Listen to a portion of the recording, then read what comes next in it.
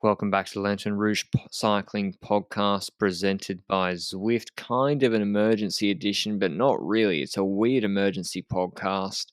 The klaxon sounded maybe 2 months ago when Miguel Angel Lopez got booted off Astana, Kazakhstan, opening up a spot when BNB were about to fold and then did fold. And Mark Cavendish was left asunder, as well as Case Bowl. Finally, it was announced. The worst kept, not even a secret, frankly. There was photos of him on Awilia at the training camp circulating on the internet, and they finally announced that he's joining Astana, Kazakhstan on a 1-year deal. But before we get into that, I'll mention the Zwift Hub Challenge on Strava. Ride 25 Ks, which I believe is 16 miles. My Fahrenheit to Celsius conversion is not as good. Ride 25 Ks to unlock $50, £50 or €50 off a Zwift Hub, and also go in for a chance to win $1,500 or over £1,000 worth of indoor cycling tech. You can join the challenge on Strava. There's over 105,000 participants, hopefully all of them getting on board with the Zwift Hub extra discount, and you can join them hopefully on Zwift afterwards. That's the beauty of the Zwift Hub. It gets you on Zwift on the most affordable trainer in its class in the market. And you can also ride indoors, outdoors, or hand cycle to complete this challenge as well. So if you want to check it out, go to the link down below, or Strava Challenges, or Zwift.com. But what do you think, Benji? It's kind of like, well, it's a game of musical chairs, and this was the last chair open in World Tour, right? Yeah, certainly. Like we were talking about Quintana's transfer and where would Lopez go after getting fired, but Cavendish is the one that kept being open for the entire time because we had the feeling already before BNB folded that it would fold eventually. So we see the opportunity now for a spot that opens and they actually buy it. It's Kurov that started with the rumors, if I recall correctly, that said, oh, the ball is in Cavendish's camp. And then they apparently started talking behind the scenes and they're now officially confirmed as companions for the next season. Now, let's take a look at the 2022 season of Cavendish. He's won a Giro stage. That was the one day that Merckx did a proper lead out, if I recall correctly. Yep. One UAE Tour stage, which I think was a really decent lead out as well. Yeah. But I also No. He went from 300 and destroyed everyone. Yeah, he had to do a lot himself. Oman as well had to do a lot himself as well. He had the B or C team lead out in Oman. Milano Torino, I don't remember completely, but another victory there. Go lead out. Oh, okay. And British Champs Road Race, that is one where he had to do most of it himself. And then ended up beating, I think, Sam Watson and some other dude. Richardson. So eventually a very strong race from him as well. Kind of reminded me of that Munsterland race in 2021. Kind of like the thing where he had to do more than just sprinting, where he had to kind of get a classic out of himself. And that's also fun to see, especially at the fact that he's rather old now for a rider. Like 38 was what he was during 2022. So being able to perform all that means that you're still at the level to be able to win at the top level of cycling. Now, he won at the Giro and not the Tour de France, but that's because he didn't sign up for the Tour de France, or at least he wasn't signed up for the Tour de France by Quickstep. And I think your take was simple then, eh? Like if Cavendish starts the Tour de France, he would have won more than Jakobsen? No, I think he wins at least one. Okay. And I think he's competitive in more sprints than Jakobsen, which was one sprint that Jakobsen was competitive in. So I don't know. He was in really good shape in 2022. I really don't see a big drop off for 2021, even though, of course, it doesn't have 4 Tour de France stages. Does Mark Cavendish really care about the record? That's a question we need to ask ourselves. Yeah. If Mark Cavendish cared about the record more than anything else, would he have signed with BNB Hotels when that project was kicking off? Is that where you would have signed, Benji? Would that have made a major difference? Because BNB offered him a full lead out and an opportunity to sprint at the Tour de France again. So I'd say that. So Sinkeldam, right? Sinkeldam, Keesbol was also signed up at that moment, as considered as signed up, for example. So they were signing riders to make a sprint train for Cavendish. So I'd say that it offers the opportunity for Cavendish to both go for the 35th victory, or yeah, 35th victory, but it's also not the prime team necessarily. But what other teams were going to throw the money at Cavendish? That's also the question we need to ask. What teams have the benefit of signing a Cavendish? And there's actually quite a few, I'd say. But a BNB wanted that star rider to make sure they 100% had their World Tour wildcard, their Tour de France wildcard, which I think they would have had anyway, to be honest, the way they've Yeah, been getting it's the wildcards in the law. last decade. Uh, but what would you have seen when it comes to other teams? Do you think Well, he should have signed for a different team? Well, I'm just saying that if there's probably some other teams with a better record of performance than BNB, which is a track Yeah, record of zero performance. And so I think he also wanted the money. And that's what you mentioned, what teams also had the money. And once BNB folded, really no one's got millions hanging around in December or November, except I think UAE signed Hirschi then for whatever that was on after yeah, he left DSM. So Astana cleared or terminated Lopez contract. Apparently Lopez saying he'll fight that. But anyway, some money came off the books. He's there, Cav. They also, 20 minutes before recording, thank God, announced the signing of Case Bowl. He will be on a 1-year deal as well. The Dutch sprinter. He was supposed to go to BNB. Singeldam's already gone to Alpecin, so that's a big blow for that train, I think. I rate yeah. Singeldam a fair bit. Bol says he'll go for his own sprints in some races, but also lead out Cavendish. The hold-up apparently was, I'm guessing it was Oakley. I haven't checked who Astana's sunglasses Yeah. sponsor is, but if you look at a recent photo Cavendish has put up on Instagram or Twitter or something, or the team has put up, he's not got his sunnies on and he's holding his left hand. Ath has pointed this out to me, sent it to me. He's holding his left hand really weirdly behind his thigh out of shot, and I think he's holding his sunnies out of shot. So I reckon Oakley was the hold up. He's been with them for ages. But yeah, It's very how do possible, you think? Pardon? It's very possible, and that's one of the things that matters when it comes to these big money transfers, the big rider transfers. Perhaps not the biggest money anymore. I'd still think it's a notable amount of money, but we're talking about a rider that has so many personal deals that they conflict with the personal deal with the deals of the team. So during the negotiations, it becomes very difficult because, like you say, an Oakley sunglasses sponsor might not agree with the sunglasses sponsor of Astana, and the team sponsor with the sunglasses might not be okay with the team signing someone that has a different sunglasses and will be the new phase of the team, basically. So I see both sides of the puzzle. I see both sides and I understand both sides, but that's one of the things with these high profile signups. And that's one of the things that will matter, for example, if Peter Sagan goes to a different team at some point. Well, it depends whether he still has that like superstar rating and so forth. But that's what matters. But you spoke about Case Bowl. There were some pictures already on Strava with him riding with people on a Willier bike as well, the same Astana bike as Cavendish was seen on a few weeks ago. So it was basically unofficially confirmed that he was going to be signing for Astana. But that does play a role when it comes to the lead out. Case Bowl being signed as a lead out, but that's only one rider. And we Have you ever can we seen need to Case Bowl do a notice good lead out?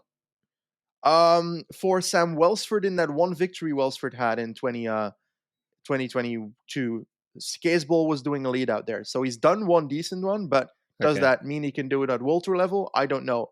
But I will say the team was full after signing Cavendish, and for that they had to remove someone from the team, an Astana, a Kazakh rider on the team. And earlier it was rumored to be Nurli Kasem, but eventually it ended up being Zakharov. I don't think many people care which Kazakh rider is going to be shoved to the dev team there, but just wanted to mention that Caseball is joining as a replacement of Zakharov, who's going to be focusing on the Olympics. I don't know what he's going to do there, but I guess we'll see at the Olympics. But next to Caseball, who do they have as potential lead out material, you think? So they got this Russian kid, Gleb Syriitsa. He's actually pretty good. And just we've got a good article that Carlos did on lanternrouge.com, which we published yesterday, which goes through the history of Astana and its sprinters. That's about a paragraph because it's a very, very short history. They have one World Tour bunch sprint victory. In the Eneco Tour, Guardini was their main sprinter for a while. The other sprinters they've sort of had Mate, were Court, Ballerini, Aaron Baru, not real Guardini, sprinters. What about him? legend. He I was the mean, kind of guy. He was the predecessor of Jakub Mareshko. Jakub Mareshko was the guy that the went to OG. Turkey, that went to the Tour of Hainan, Kinkai Lake, all those Asian races, He won Middle 11 Eastern Langkawi races. stages. Exactly. Guardini is the legend, the original legend that won so many Langkawi stages, so many Kinkai Lake stages, stage in Tour of Hainan. So, I loved playing with that guy on Pro Cycling Manager as a kid. But anyway, continue. Sorry. Well, yeah. So they really don't have much experience in lead-out trains, but they already had signed this Russian kid Syriza, and he's been on the Spanish amateur circuit, which is actually quite hilly and competitive. I only noticed him at Tour of Norway or Arctic Race of Norway, Arctic Race, I think, where he was beaten in a hilly, miserable stage and uphill finish by young, talented French rider Axel Zangel. And to come second to him, you got to be pretty good. So, and he's huge. This guy is fucking huge. He's like 85 kilos. So I'm like, well, I mean, he's fast, he's big. Like, maybe he can do a lead out. But there's lots of guys who are big, lots of guys who are fast. That doesn't mean you can be there in the last K of a Tour de France sprint contributing. That's a whole different ball game, whole different experience. You know, is Syriza physically better or stronger than Romain Sinkeldam? Is Syriza more likely to win some sort of Slovakia stage than Sinkeldam next year? Absolutely. But I would take Sinkeldam as a leader every time. Exactly. And also the aspect is, we can compare Syriza's form, basically a tank on a bike, kind of with Jonathan Milan from Bahrain. But why is it that a Milan who's winning those versatile sprints in Croatia, for example, that's doing well in that regard, a good track rider and so forth, why is it that he's not doing any leadouts for a Bauhaus, for example? Has Bahrain figured out that that Oh rider no, he can't did. be? Did he? He gifted Bauhaus put that Bologna stage. He literally Oh, just okay, handed it to him, okay. Perfect. I didn't remember and he that gave Morris specific GC one. Well, in Crow Race. that's certainly the case. So, okay, remove whatever I just said from your mind, and we'll continue onward. Now, I'm a Jonathan Milan fanboy, so I was just going to cut that off there. I think, mate, Jonathan Milan, he's gonna win Milano Sanremo. probably, yeah. If he doesn't Might punch be anyone on the overrating way. him. Might be overrating him, but anyway, Martin Las, that's also a rider they signed, which is true. Estonian dude from Bora, lead out for Ackermann in the 2021 UAE Tour. But if I recall correctly, Ackermann's best result was like a podium. I think top 10s in some stages as well, but he only seemed to have led out Ackermann for those two stages. But outside of those races, I don't find many races where he seems to have been an accurate lead out or an actual lead out in those races, because he seems to have sprinted a lot for his own success in the likes of a Sibiu Tour, Baltic Chain Tour, where he was successful, but that's Conti level. Like, we don't know if this guy can do a proper lead out outside of that. And I recall that we had discussions about Ackermann that year, about whether his lead out was competent enough or whether it was Ackermann that was the problem. Or was that 2022? Was that one of the 2 years? 2021, Schwarzman and Zelig.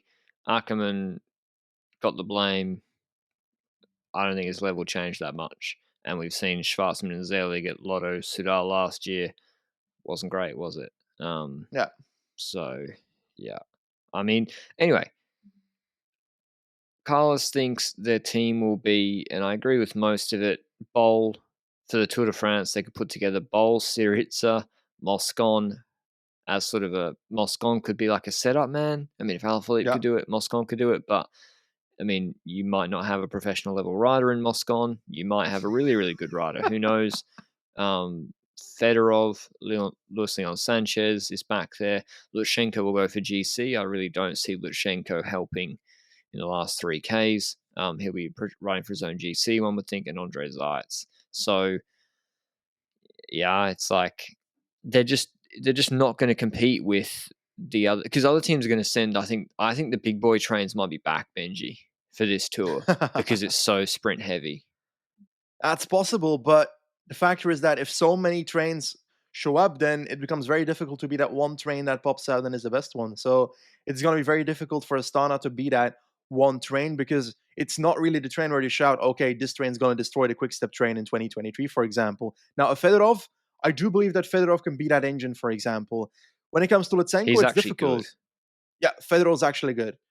But we haven't seen him in this role yet. That being said, I do believe he can do this. Next to that, there's the advantage that if he gets in trouble with people, he can fight. We saw it at the start of the Ronde van Vlaanderen when he started punching Otto Vergaard, or at least like they started fighting a bit of a quarrel at the start of that race. But let's talk about the other riders you mentioned here for a second. And Lutsenko, you mentioned when it comes to GC, actually read somewhere that he's going to focus on what he thinks he's good at instead of trying to hunt for GC anymore. And that's getting staged and so forth, which Fair enough. I kind of like. I like that idea because he can generally just win a stage in every Grand Tour that he shows up. And one day races, I do want to see him try and level up a tiny bit and see if he can compete again in those races. Now, Moscon, you said it. It's difficult, eh? You said it. Amateur rider in some races, top rider in other races. Yeah. You never know what you're going to get. And he's kind of like a box of chocolates. But hey, I guess we'll see throughout the season if Moscon shows up at peak Moscon level or not. If at peak Moscon, he can definitely be part of a lead out. Other names, Battistella is a weird one because he's such a versatile rider that he could be in a lead out trade somewhere. Giro. But he's too light, right? Like 65 kilos. Does that matter? Yeah, I think he'll do Giro. Anyway, I think they'll send him there. I see what you mean, but yeah. I think ultimately they're just going to have to use Bowl and Syriza to try and place Cavendish on some relevant wheel with 2,500 to go and try and help him save energy. I think Cav, if you keep him, if he's in the same shape, like Bahrain McLaren Cav isn't that long in the annals of history, but and Quick Step, we've seen there's a drop off when sprinters leave Quick Step because that is where sprinters get the most out of themselves. So that might happen as well. But if they can keep Cavendish fresh, big if, from 10Ks to 2Ks, put him on the right train, he's got a shot. Maybe. I don't know how the bike change too is tough, the equipment, all that stuff. It's all against him, really. Like everything's a downgrade. Every single thing. Training, team, lead out, bike, equipment, everything's worse. So it's tough for him. But I mean, it'd be great if he can do it, but it's tough. As a sprinter, most teams are a downgrade though, unless you're going to show up with a Van Poppel. Like a Merku, even in his worst days, has still those spicy days where you can still deliver the godlike lead out. Like for example, the Torino race that you mentioned, if I recall correctly, was the one with a great lead out. Merku was still above average lead out man last year. Yeah, so it was always going to be a downgrade to many teams, but I agree that Astana is definitely one of the ones where you're like, okay, man. But on the bright side, the conclusion that we can give is Cavendish gets to go to the Tour de France, so that's a win for Cavendish and a win for cycling fans. Like, it could have gone worse. He could have ended up at Human Powered Health, for example, because there was that discussion, and the team has said that they had discussions about it. So imagine if he ended up there, then we're not seeing him at the Tour de France. And dude, I was staring down the barrel of having to do like 4 stages in a row in Flemish because it was going to be Phillips and Jakobsen Groeneweg and back to back to back to back to back to back to back. I'm not doing it. So I'm actually paying half Cav salary to Astana so that I can. Astana wishes. Yeah, exactly. Astana's like, is that legally binding? Can we take him up on that? Will he pay the TDF bonus if he wins? Maybe. If he gets decent views. There is the aspect, you said it, that 50-50 question mark of will he do the same level as he had at Quickstep or at Dimension Data a few years ago when he left Quickstep? Or will he end up being the sprinter that we saw at Bahrain, which was the most expensive lead out in the world, as your video title during that period? We never know. And I guess it matters. But on the other end, they still have the marketing side of things that runs Astana a bit throughout the year. Because let's be honest about it. Astana, without this Cavendish transfer, is not a World Tour worthy team, in my personal opinion. That's like a pro team level team with the level that Moscon is riding at, with the level that most riders are riding at. Battistella, Lutsenko, those are the names that are doing stuff. And that's not necessarily enough for me to say, oh, this is a hardcore Walter level team, for example. So that Cavendish transfer at least gives the team a face and some more boost when it comes to their relevance within cycling, because that was lacking for me when I saw the team before this transfer. So they become a bit more relevant. That's a win for Astana. It's a 1-year contract, so it's not the major investment of multiple years here either. Would have been shocking if they did for multiple years. So I guess that's all I can say about Cavendish, really. What do I expect from him? I don't know. Like, what can we expect of him with Will he that win it? train? I guess, Will will he he break the win his record? 35th? I gotta say yes, just for the sake of it, eh? I don't want to root against riders. I'll have to go. I'll say no, just to be a doubting Thomas. Okay. I think he'll be motivated. I think he will be in better shape than at Bahrain. It's only a Yeah. 1-year deal. He might want to keep riding afterwards. He might break it in 2024, or later. He's still holding good shape. I just think, there's just, as I said, a lot of factors against him that make it tough. And there'll be Phillips and Jakobsen, Groeneweg, and yada yada yada. A lot of other guys going for sprints, but I hope he does it. Selfishly, I hope he does break the record. It will be weird seeing. It would just be weird seeing Astana and him going for sprints. At least in the British national champs kit, so it's kind of a he's more familiar in that sense.